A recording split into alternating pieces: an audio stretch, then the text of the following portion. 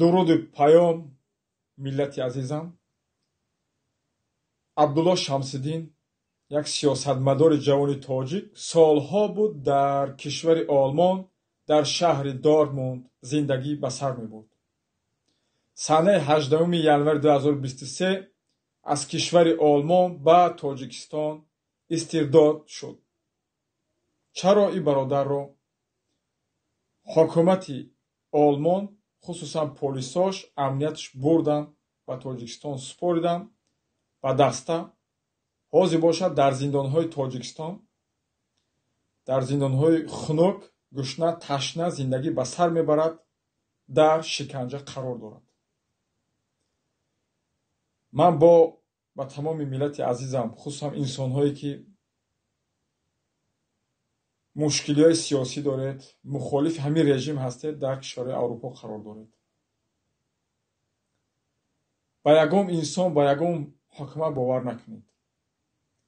чандин шайтонҳои Тоҷикистон, хусусан коргарои амният, чанд гурӯҳҳо шудаган дар Аврупо омадагӣ паноҳҷӯянд, ба номи ҳоҷи муллову эшону қарор доранд. як гурӯҳш медоранд ҳақоқат мекунанд, як гурӯҳи дигараш медоранд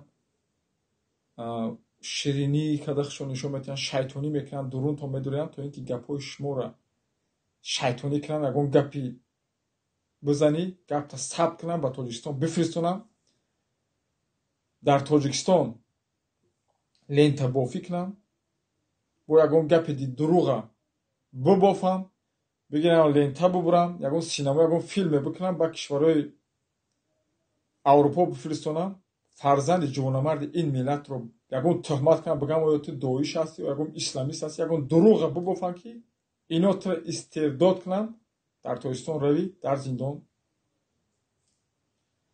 зиндагӣ ба сар барӣ, дар ӯ зиндон оқибати чия? Мурдан аст. Айнан бародар Абдуллоро ҳамихе карданд. чандин шайтонҳо рафтагиянд, гап гирифтагиянд, гапҳош Тоҷикистон фиристодагиянд, лента кардагиянд, кино кардагиянд, дуруғ ҳар гапо бо бофтагиянд, изофа кардагиянд, дар ино фиристодагиянд. ино тарсидам, ино гирифтам ин бародара истирдод карданд. ҳоло ин бародар дар зиндонҳои Тоҷикистон зиндагӣ ба сар мебарад, дар шиканҷа қарор дорад. ду фарзандаш дар ҳами Олмон дар шаҳри Дор монданд.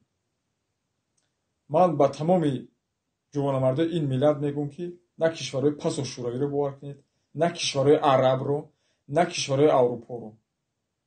дар ягон кураи замин, дар ягон кишвар ҳуқуқи башар, озодӣ вуҷуд надорад.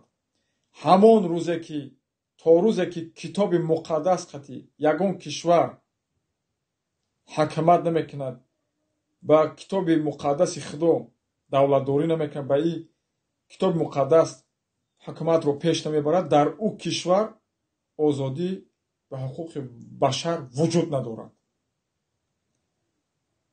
ба ӯ ҷувонамардҳои ин миллат мегӯям, ки ба ҳеҷ инсон, ба ҳеҷ кишвар эътибор ва бовар накунед. дар таги дасти золимҳо, шайтонҳо нафтед.